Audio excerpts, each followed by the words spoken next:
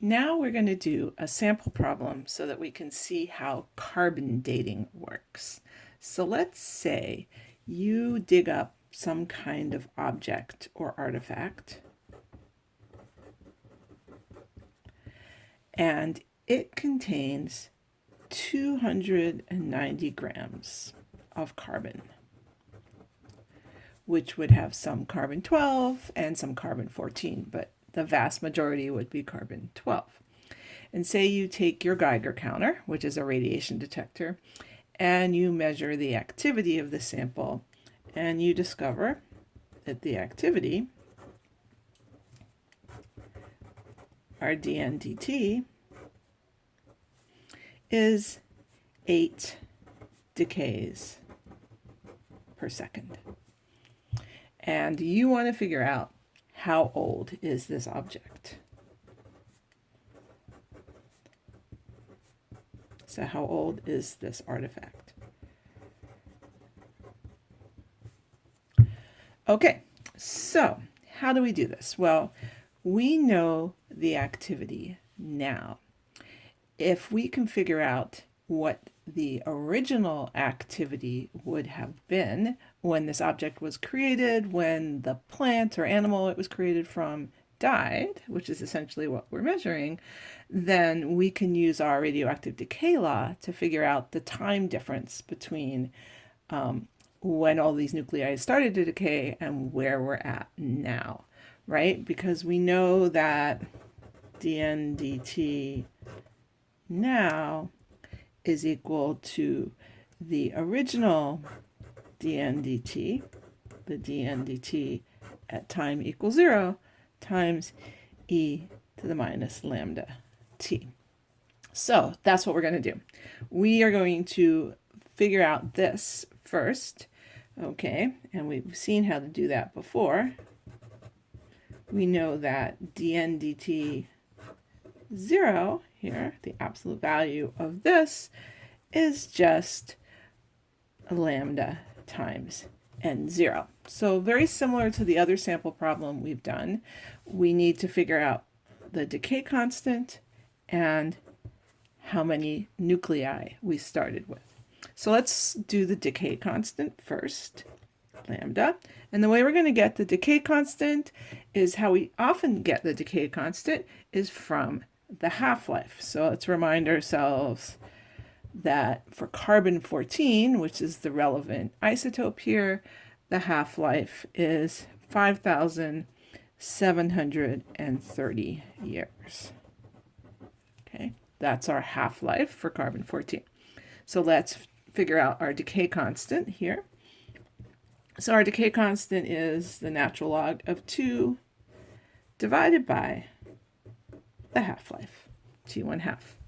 Okay, and we're going to go all the way through and figure out what our decay constant is in per second, okay, because our activity is in decays per second. So we're going to do the time conversion now. So we're going to have a natural log of 2 divided by 5,730 years, and then we're going to multiply that by 1 year has 365 days, and then we're going to multiply that by 1 day has 24 hours, and then we're going to multiply that by 1 hour has 3,600 seconds. So if we go all the way through that calculation here, we will end up with a decay constant of 3.84 times 10 to the minus 12 inverse seconds, or per second. Okay, that's our inverse time there, unit for our decay constant. Great. So we got our decay constant. When you're doing carbon dating, that's a number that you'll have to calculate most of the time, so that'll probably become a little bit more familiar as you go along, that number. Now let's figure out n0. Okay, how are we going to get n0? Well, we're going to get n0 from the fact that this artifact has 290 grams of carbon. So we start with that mass, okay? so 290 grams. And then the first thing we're going to do is realize that most of that is carbon-12 and only a small amount of it is carbon-14. So we're going to multiply by our fraction of that that's carbon-14, which is our 1.3 times 10 to the minus 12. Okay, and then now we have to convert to the number of nuclei, very similar to what we did before. We are going to remember that we can use the atomic mass here of carbon, which is 12 grams per mole, and that will give us the number of moles. Okay, and then we're going to multiply by our Avogadro number, 6.02 times 10 to the 23, right, per mole. And that will tell us how many carbon-14s we started with. Okay, and we end up with 1.89 times 10 to the 13 for our parent nuclei. Okay, our carbon-14s. Now we can plug this number in and this number in and figure out our initial activity. Okay, so what's our initial activity here?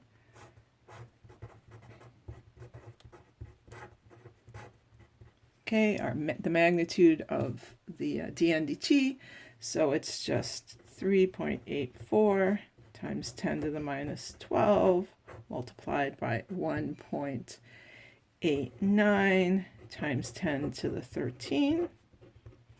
And when you crank that through, you get 72.6 decays per second. Great. Okay, so that's our initial activity. Now, it's always good to double check that the initial activity is bigger than the activity later on, right? Because it should decrease with time, and in fact, it is. This is 72.6 decays per second, and we're saying that at present day, the activity is 8 decays per second. So it has gotten smaller, which is what you would expect. Great. So now we're just going to plug everything in to this equation to figure out how much time has elapsed. Okay, so our final activity here is our 8 decays per second. And I'm just going to short that to dec per second there. All right. Our initial activity is 72.6 decays per second.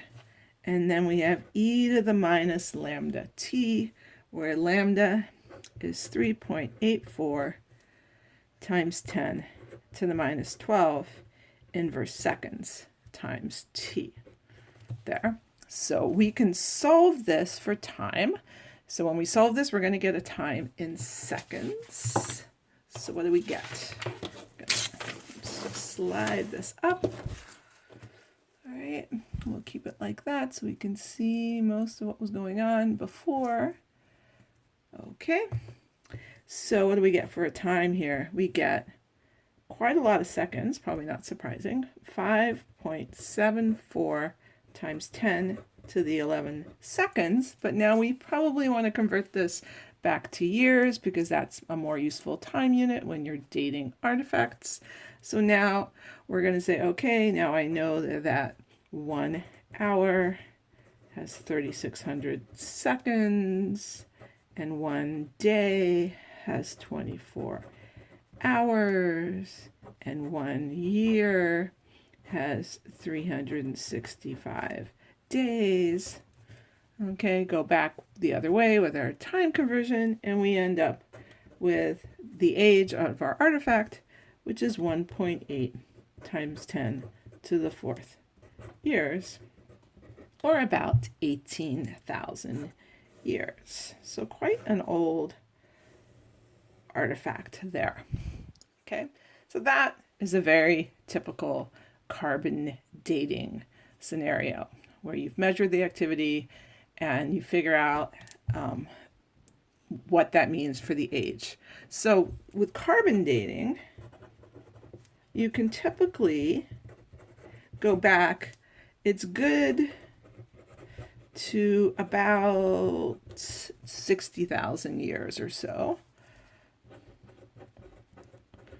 Okay, once you get beyond 60,000 years, the amount of carbon-14 is too small to actually really be reliably measured. If you have a good mass spectrometer, you might be able to go a bit further than that. Okay, there are dating methods that go for longer times. There is a method called geological dating, where you use uranium-238 instead of carbon-14, and you can use that to date minerals to much, much longer time scales. So, and you may run into otherwise, the half-life would change, but the problem works the same way.